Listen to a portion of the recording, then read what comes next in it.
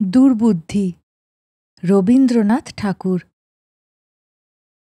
ভিটা ছাড়িতে হইল, কেমন করিয়া তাহা খোলসা করিয়া বলিব না, আভাস দিব মাত্র। আমি পাড়াগে নেটিভ ডাক্তার। পুলিশের থানার সম্মুখে আমার বাড়ি। যমরাজের সহিত আমার যে পরিমাণ আনুগত্য ছিল, দারোগাবাবুদের সহিত অপেক্ষা কম ছিল না। সুতরাং নর ও নারায়ণের দ্বারা মানুষের যত বিবিধ রকমের পীড়া ঘটিতে পারে, তাহা আমার সুগোচর ছিল। যেমন মণির দ্বারা বলয়ের এবং বলয়ের দ্বারা মণির শোভাবৃদ্ধি হয়, তেমনি আমার মধ্যস্থতায় দারোগার এবং দারোগার মধ্যস্থতায় আমার উত্তরোত্তর আর্থিক শ্রীবৃদ্ধি ঘটিতেছিল। এই সকল ঘনিষ্ঠ কারণে হাল নিয়মের কৃতবিদ্য দারোগা ললিত চক্রবর্তীর সঙ্গে আমার একটু বিশেষ বন্ধুত্ব ছিল। তাহার একটি অরক্ষণীয়া আত্মীয়া কন্যার সহিত বিবাহের জন্য মাঝে মাঝে অনুরোধ করিয়া আমাকেও প্রায় তিনি অরক্ষণীয় করিয়া তুলিয়াছিলেন। কিন্তু শশী আমার একমাত্র কন্যা, মাতৃহীনা, তাহাকে বিমাতার হাতে সমর্পণ করিতে পারিলাম না। বর্ষে বর্ষে নূতন পঞ্জিকার মতে বিবাহের কত শুভলগ্নই ব্যর্থ হইল। আমারই চোখের সম্মুখে কত যোগ্য এবং অযোগ্য পাত্র চতুর্দোলায় চড়িল। আমি কেবল বরযাত্রীর দলে বাহির বাড়িতে মিষ্টান্ন খাইয়া নিঃশ্বাস ফেলিয়া বাড়ি ফিরিয়া আসিলাম। শশীর বয়স 12 হইয়া প্রায় 13 পড়ে। কিছু সুবিধা মতো টাকার জোগাড় করিতে পারিলেই মেয়েটিকে একটি বিশিষ্ট বড় ঘরে বিবাহ দিতে পারিব, এমন আশা পাইয়াছি।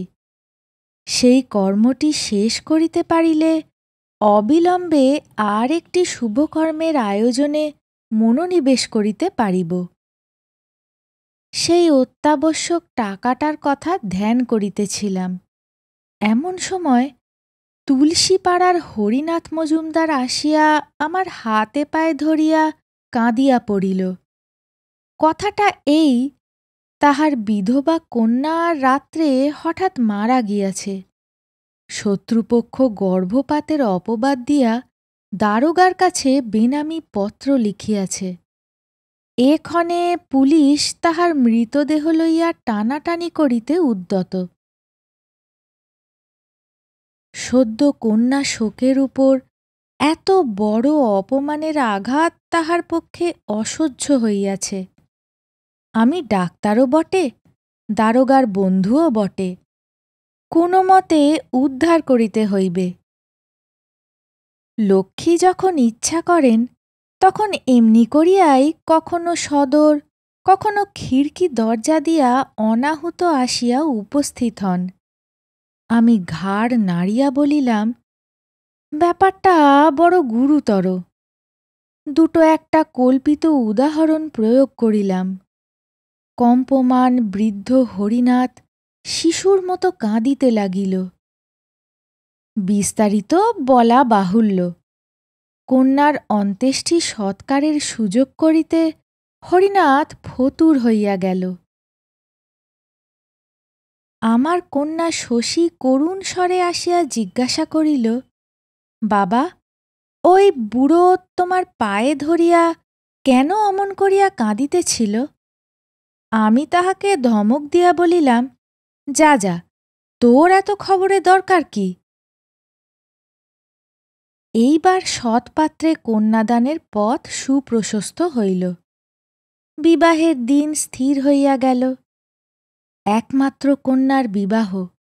ভোজের আয়োজন প্রচুর করিলাম। বাড়িতে গৃহিণী নাই। প্রতিবেশীরা দয়া করিয়া আমাকে সাহায্য করিতে আসিল। সর্বস্বান্ত কৃতজ্ঞ হরিনাথ দিন রাত্রি খাটিতে লাগিল। গায়ে হলুদের দিনে রাত 3টার সময় শশীকে ওলা উঠায় ধরিল। রোগ উত্তরোত্তর কঠিন হইয়া উঠিতে লাগিল। অনেক চেষ্টার পর নিষ্ফল ঔষধের শিশিগুলা ভূতলে ফেলিয়া ছুটিয়া গিয়া হরিনাথের পা জড়াইয়া ধরিলাম। কহিলাম, মাপ করো দাদা, এই পাষণ্ডকে মাপ করো। আমার একমাত্র কন্যা, আমার আর কেহ নাই। হরিনাথ শশব্যস্ত হইয়া কহিল, ডাক্তারবাবু, করেন কি, করেন কি? আপনার কাছে আমি চিরঋণী, আমার পায়ে হাত দিবেন না।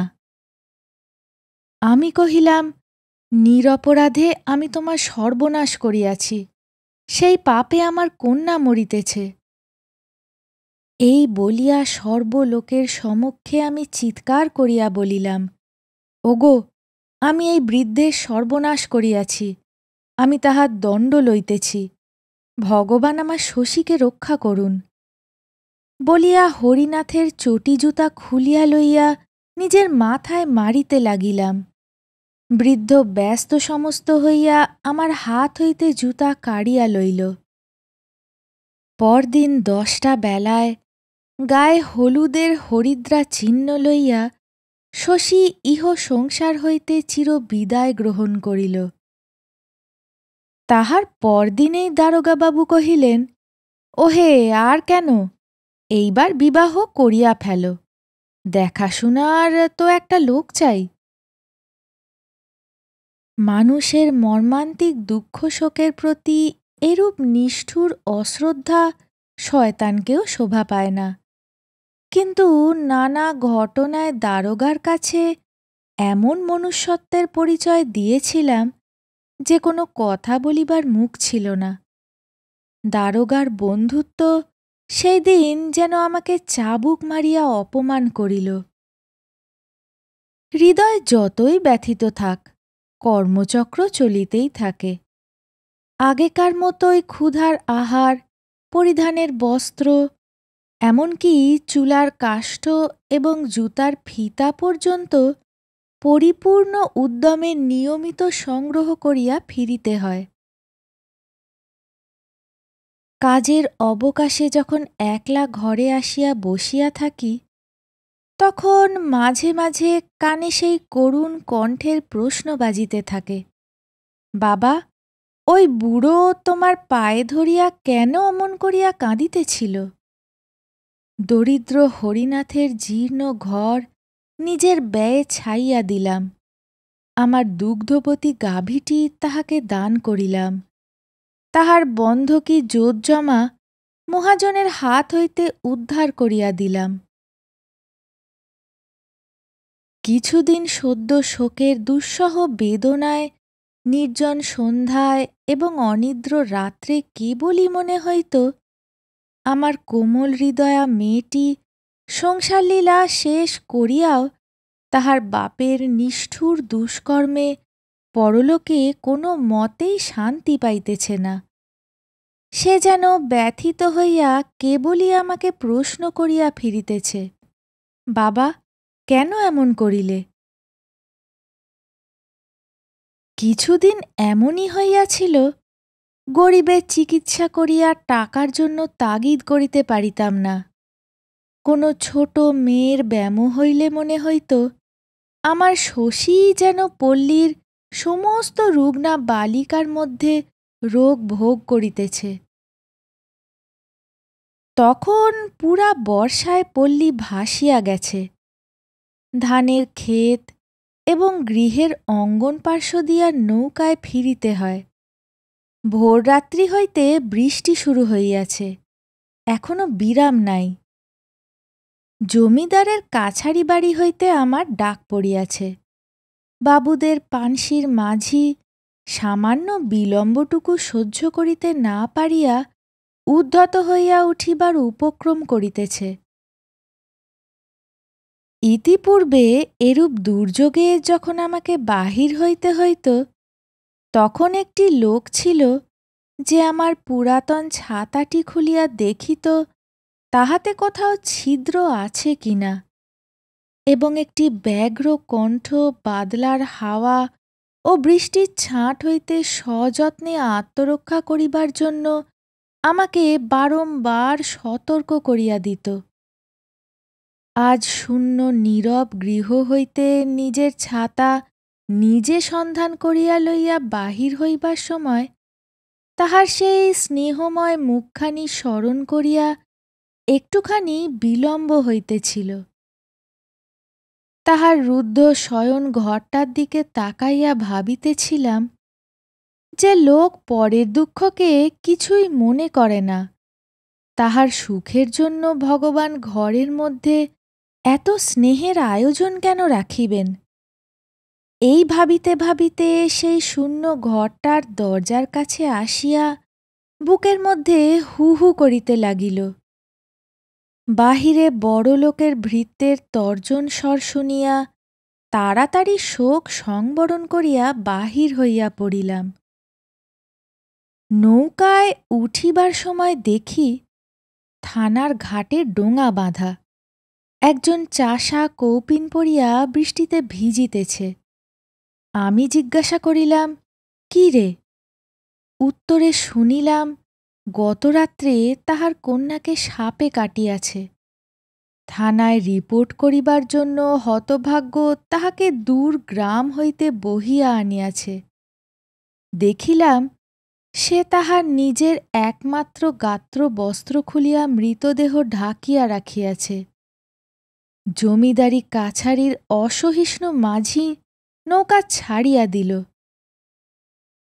বেলা ১টার সময় বাড়ি ফিরিয়া আসিয়া দেখি তখনও সেই লোকটা বুকের কাছে হাত পা গুটাইয়া বসিয়া বসিয়া ভিজিতেছে। দারোগাবাবুর দর্শন মেলে নাই। আমি তাহাকে আমার রন্ধন অন্নের এক অংশ পাঠাইয়া দিলাম, সে তাহা ছুঁইল না। তাড়াতাড়ি আহার সারিয়া কাছারির রোগীর তাগিদে পুনর্বার বাহির হইলাম। সন্ধ্যার সময় বাড়ি ফিরিয়া দেখি তখনও লোকটা একেবারে অভিভূতের মতো বসিয়া আছে। কথা জিজ্ঞাসা করিলে উত্তর দিতে পারে না, মুখের দিকে তাকাইয়া থাকে। এখন তাহার কাছে ওই নদী, ওই গ্রাম, ওই থানা, এই মেঘাচ্ছন্ন আর্দ্র পঙ্কিল পৃথিবীটা স্বপ্নের মতো। বারংবার প্রশ্নের দ্বারা জানিলাম, একবার একজন কনস্টেবল আসিয়া জিজ্ঞাসা করিয়াছিল ট্যাঁকে কিছু আছে কিনা। সে উত্তর করিয়াছিল সে নিতান্তই গরিব, তাহার কিছু নাই। কনস্টেবল বলিয়া গেছে, থাক বেটা, তবে এখন বসিয়া থাক। এমন দৃশ্য পূর্বেও অনেকবার দেখিয়াছি, কখনো কিছুই মনে হয় নাই। আজ কোনো মতেই সহ্য করিতে পারিলাম না। আমার শশীর করুণা গদগদ অব্যক্ত কণ্ঠ সমস্ত বাদলার আকাশ জুড়িয়া বাজিয়া উঠিল। ওই কন্যাহারা বাক্যহীন চাষার অপরিমেয় দুঃখ আমার বুকের পাঁজরগুলাতে যেন ঠেলিয়া উঠিতে লাগিল। দারোগাবাবু বেতের মোড়ায় বসিয়া আরামে গুড়গুড়ি টানিতেছিলেন। তাহার কন্যাদায়গ্রস্ত আত্মীয় মেষটি আমার প্রতি লক্ষ্য করিয়াই সম্প্রতি দেশ হইতে আসিয়াছেন। তিনি মাদুরের উপর বসিয়া গল্প করিতেছিলেন। আমি একদমে ঝড়ের বেগে সেখানে উপস্থিত হইলাম। চিৎকার করিয়া বলিলাম, আপনারা মানুষ না পিশাচ? বলিয়া আমার সমস্ত দিনের উপার্জনের টাকা ঝনাৎ করিয়া তাহার সম্মুখে ফেলিয়া দিয়া কহিলাম, টাকা চান তো এই নিন, যখন মরিবেন সঙ্গে লইয়া যাইবেন। এখন এই লোকটাকে ছুটি দিন, ও কন্যার সৎকার করিয়া আসুক। বহু উৎপীড়িতের অশ্রু সেচনে দারোগার সহিত ডাক্তারের যে প্রণয় বাড়িয়া উঠিয়াছিল, তাহা এই ঝড়ে ভূমিসাৎ হইয়া গেল। অনতিকাল পরে দারোগার পায়ে ধরিয়াছি। তাহার মহোদাশয়তার উল্লেখ করিয়া অনেক স্তুতি এবং নিজের বুদ্ধিভ্রংশ লইয়া অনেক আত্মধিক্কার প্রয়োগ করিয়াছি। কিন্তু শেষটা ভিটা ছাড়িতে হইল।